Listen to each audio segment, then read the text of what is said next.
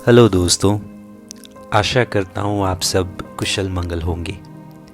फिर से हाजिर है आपका मित्र दर्शन एक और रोचक किस्सा लेकर। वैसे रोचक है या नहीं, ये तो इस बात पे निर्भर करता है कि आप मेरे इस घिचपिच को कहाँ तक सुन पाते हैं। इसमें कोई दो राह नहीं है कि मेरे मुंह से निकलते हुए ये लफ्ज़ आपको पसंद आए या आपके दिलों तक पहुंच ही जाए। खैर, फिर भी कोशिश तो करना बनता ही है कि नहीं। अगर किसी कारणवश फिर भी मेरे शब्दों से आपको थोड़ा सा भी आघात पहुंचा हो या बुरा लगा हो तो उसके लिए मैं पहले से ही क्षमा प्रार्थी हूँ। तो दोस्तों, आज मैं आप सबके लिए एक कहानी लेकर आया हूँ। वैसे ये कहानी मैंने 5-6 साल पहले ही लिखा था, पर यूँ शब्दों में इसको रिकॉर्ड नहीं कर पाया था।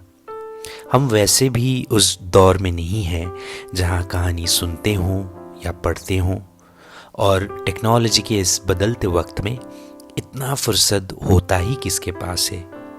शायद मैंने सही फरमाया होगा। खैर, मैं तो आज भी कहानी बड़े चाव से सुनता हूँ, पढ़ता हूँ और उसके किरदारों में मैं खुद को ढूंढता हूँ और कहीं ना कहीं पाता भी हूँ। एक अलग ही अनुभूति होता है कहानी के नगरी में सैर करने का। तो चलिए, बिना देरी किए और मेरी बेफजूल की बातों में उलझाते हुए ले चलूँ मैं आपको मेरी कहानी की उस छोटी सी नगरी में। अंत तक ज़रूर सुनिएगा और मुझे बताइएगा भी कैसी लगी आपको ये कहानी कविराज की जुबानी। वो रात काफ़ी ज़्यादा ठंडा था। वैसे भी 12 मास ही दार्जिलिंग में तो लगभग ठंड ही रहता है, और वो तो साल का आखिरी महीना दिसंबर था, तो शरीर जकड़ती ठंड का होना तो लाजमी था।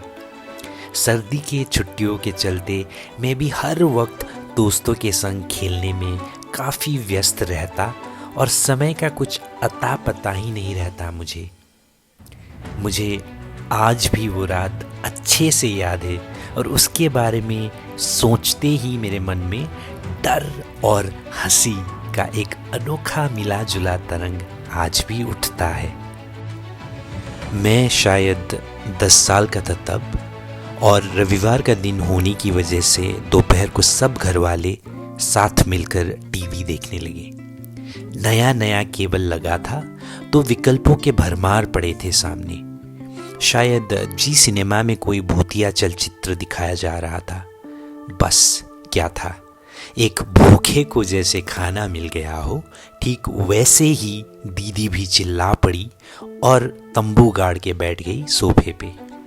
सबसे छोटा था तो मेरी कौन सुनता, कुछ ना चली और संकोच करते हुए बैठ गया मैं भी टीवी देखने को। माँ तो बोली भी कि मैं खेलने चला जाऊं बाहर, पर काफ़ी ठंड था और मेरे सभी दोस्त अपने अपने घरों में टीवी ही देख रहे थे शायद। तो मैंने भी सबसे सुरक्षित स्थान चयन कर लिया और बैठ गया माँ की गोदी में। पूरी फिल्म के दौरान मैंने मुश्किल से कोई भी दृश्य देखा होगा, पर ख़त्म होते होते मैं हद से ज़्यादा डरा हुआ था, सहमा हुआ था। किंतु सब मजाक उड़ाएंगे ये सोच के साहसी होने का नाटक सफलतापूर्वक कर सका।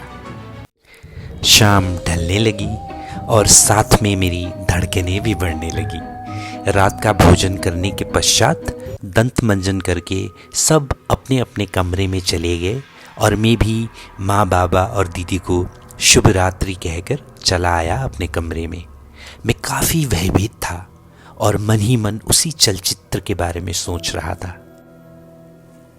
बाकी दिनों में मैं हमेशा खुश रहता, क्योंकि मेरा कमरा सबसे अलग और एकांत में था।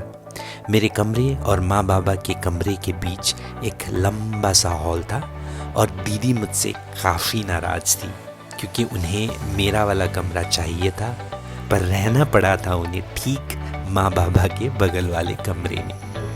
मेरा रोना काम कर गया था उस दिन और मुझे ये कमरा मिल गया था, पर उस रात मुझे अपनी उस बेवकूफ़ी पर गुस्सा आ रहा था और मैं मन ही मन पछता भी रहा था। खैर, हिम्मत करके मैं पलंग में घुस गया और ठंड से बचने के लिए एक झटके से मैंने खुद को कंबल में लपेट लिया। खिड़की पर तो पर्दा चढ़ा था, पर रोशनदान से बाहर की काली रात अच्छे से दिखाई दे रही थी और पता नहीं क्यों पर मेरे मन में एक अजीब सी घबराहट हो रही थी। बत्तियां बुझाए बिना मुझे नींद नहीं आती थी और ना ही आज भी आती है, तो मैं संकोच करते हुए बत्ती बुझाने को आगे बढ़ा ही था कि मेरा पलंग हल्के से हिलने लगा और मेरे होश उड़ गए। मैं वहीं जम कर रह गया और मुंह से आवाज़ तक निकल नहीं रही थी मेरी। मुझे दोपहर का वो सारा चलचित्र याद आने लगा और चिल्ला पड़ा मैं माँ कहकर, पर किसी ने ना सुनी। इतनी ठंड में मैं पूरा पसीना से भीग गया। फिर जैसे तैसे मेरी सांसें थमी ही थे कि छत पर धम करके कुछ गिरा और मैं डर के मारे रोने लग गया। मुझे ऐसा लगा कि जैसे कोई आके मुझे अब खा ही जाएगा। ईश्वर की मेहरबानी से माँ बाबा दोनों मेरे कमरे तक पहुँच गए थे और पीछे पीछे दीदी भी थी। मुझे रोता देख दोनों दौड़कर पास आए और पूछने लगे, क्या हुआ बेटा, रो क्यों रहे हो? हमने तेरी चिल्लाने की आवाज़ सुनी तो घबराहट के मारे तुझे देखने चले आए। और जब मैंने पूरा किस्सा सुनाया तो दोनों पलंग के नीचे झांकने ही वाले थे कि अंदर से मोती दुम हिलाते हुए निकल पड़ा। दीदी का दरवाज़ा बंद पाकर शायद वो मेरे कमरे में आके सीधा पलंग के अंदर घुस गया हो। मैंने उस पर गौर ही नहीं किया होगा। खुद को खुजाते समय उसका शरीर पलंग से सटा हुआ होने की वजह से मेरा पलंग थोड़ा सा हिल गया था, जिसे मैंने भूत समझ लिया होगा। और जब पापा बाहर जाकर देख आए तो उन्होंने बताया कि घर के बगल में लगे पेड़ की एक टहनी टूटकर मेरे कमरे के छत में आ गिरा था और मुझे उसकी आवाज़ भी भूतिया लगी थी। हकीकत से मुख्तसर होने पर सब हंसने लगे और मेरा गाल खींचते हुए मुझे चिढ़ाने लगे। मैं शर्म से लाल पीला हरा हो गया और गधे के जैसे मुस्कुराता रहा।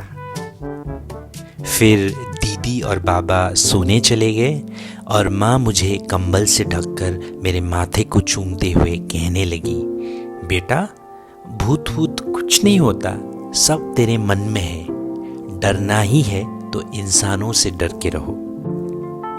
फिर वो बत्ती बुझा के सोने चली गई और मैं सोचता रह गया, माँ क्या बोल गई ये, इंसानों से डर के रहो।